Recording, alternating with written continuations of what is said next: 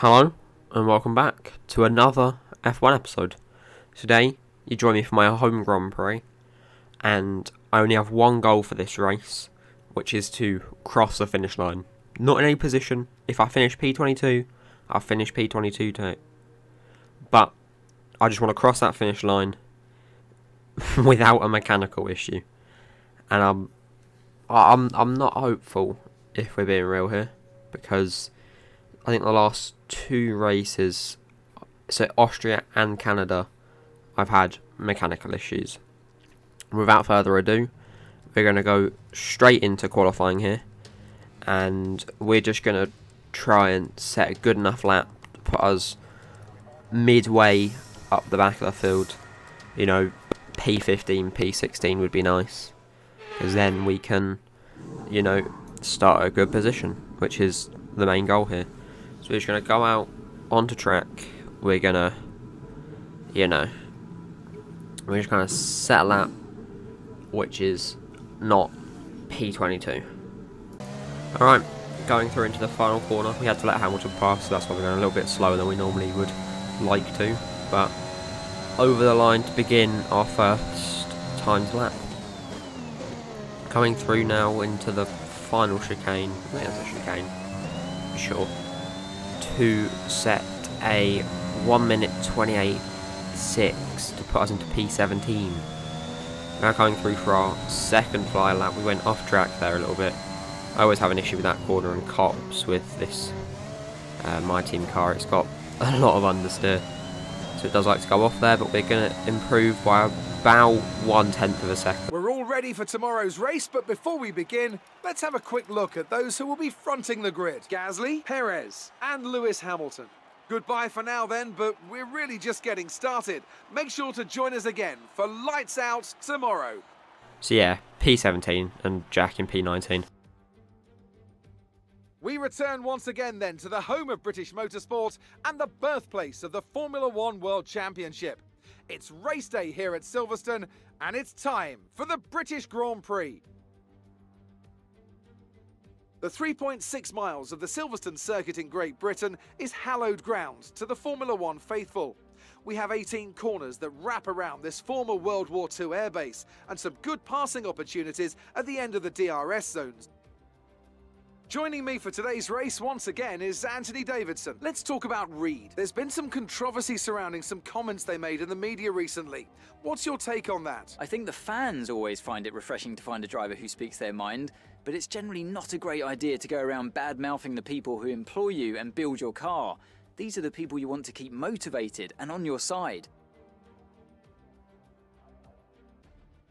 Before we begin, let's take a quick look at the grid lineup for today's race. A fantastic effort from Pierre Gasly yesterday puts him on pole. Sergio Perez lines up alongside. Moving on to the rest of the grid, we have Hamilton, Norris, Max Verstappen and Ricciardo, Sainz, Leclerc, Vettel and Yuki Tsunoda, Ocon, Bottas, George Russell, Reed, Raikkonen, Fernando Alonso. They've taken a grid penalty.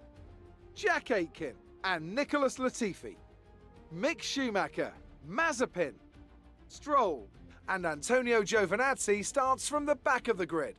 Which of these talented drivers will come out on top today? Okay, I know it's your home Grand Prix, but treat it like any other race. Don't take unnecessary risks. Okay, so I'm going to take an unnecessary risk, and I'm going to underfuel the car by quite a lot, and hope for a safety car. If there's not a safety car, I will cry, because we won't make it to the end of the race. We're going to go with a soft to medium start, and just go from that. But anyways, as the lights build up, the tension builds, and we are underway for our home Grand Prix here. Russell to our left, getting past him. Bottas qualified surprisingly far back. We go down the left, dive in a little bit of contact with Gasly, Tsunoda, but nothing too major. Yeah, I'll get an FIA warning, but it's fine. I've got a Mercedes engine, they don't really care. I'll get a warning at most.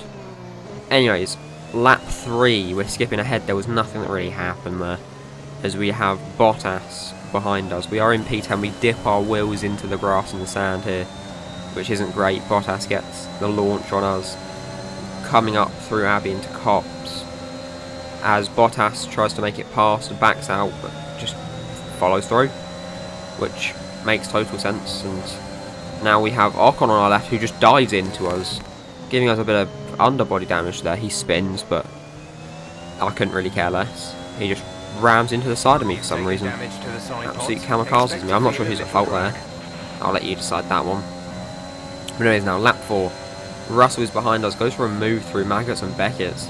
Probably not a great place to go through. It's the fastest turns on the... well, other than Copse, it's probably the fastest turns on this circuit. So going for a move there is probably not smart.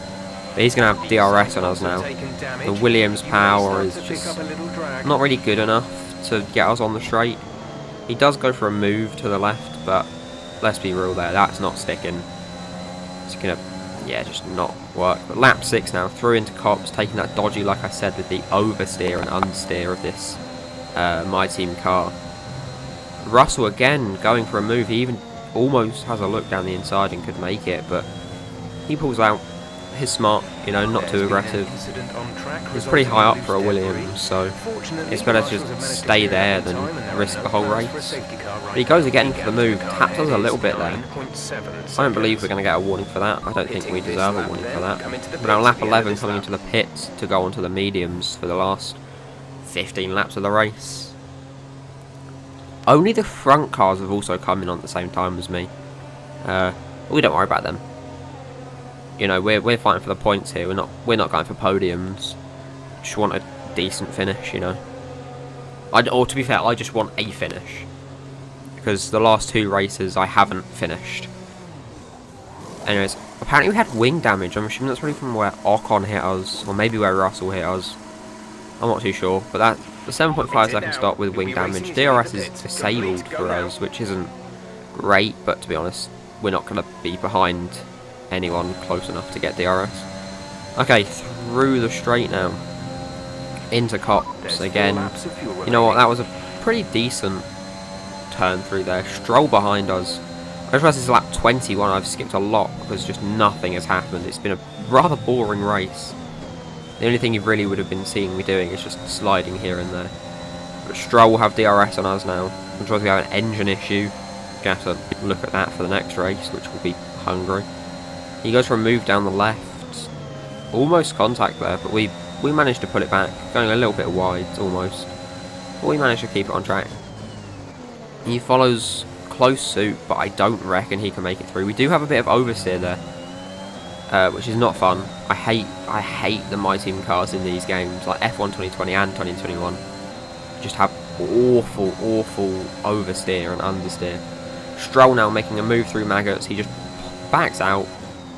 Not too clever trying to go for a move down there. That could have ended both of our races. But anyways, yellow flags ahead now. I'm trying to see who's that going slow. Is that the Alpine or is the Williams, the Russell? Good old Mercedes reliability again. Strikes another victim.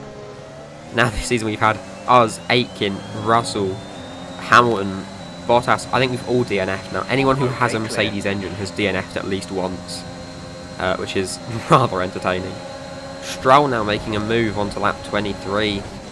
Ocon as well on our right trying to make a move, but I don't reckon he'll get past that. He's going to have to back out, or there's going to be a crash there. Oh my god.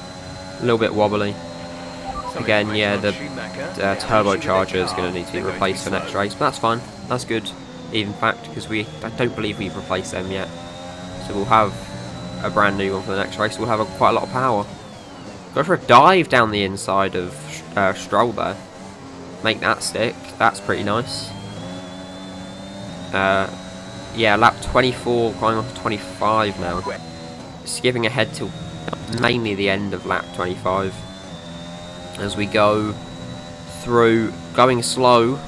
Yellow flag. That's for us, I think. We have low fuel. Oh my god, I said it right at the start of the race. We were going to run out of fuel, and we did. Oh, you're having me on. We just have to try and make it till the end of the lap. I'm going to try and let Bottas past if we can, like strategical manoeuvre here, just slowing right down here. just letting all of the cars lap me, because they're going to finish the race, and then I can finish the race on this lap and not lose too many positions. Because I could have definitely ended up at the back of the grid there. Well, they've done a brilliant job, I must say, under some intense pressure to take a well-earned victory here at the British Grand Prix.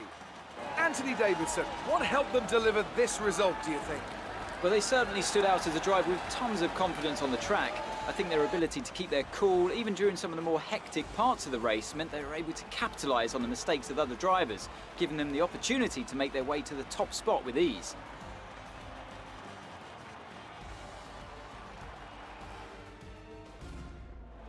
After an excellent performance at the Grand Prix, I'm sure there'll be plenty of celebrations tonight amongst the Mercedes team, and they certainly deserve it.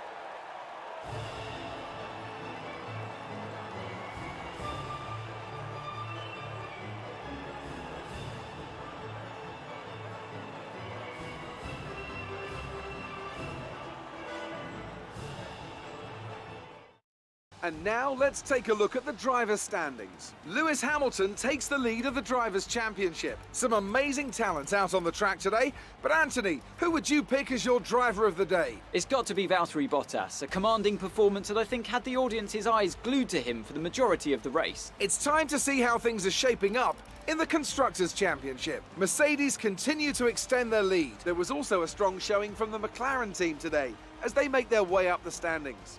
After an event like that, who knows what the sport has in store for us next time? Be sure to join us again as we continue to bring you the latest excitement in Formula One. Luckily, with that, we crossed the finish line. We didn't lose any points because we weren't in them anyways, so that's decent. 8 DNFs, which isn't great. But I will see you in the next one, which I believe is the Hungarian Grand Prix, the last one of this half of the season. So I'll see you then.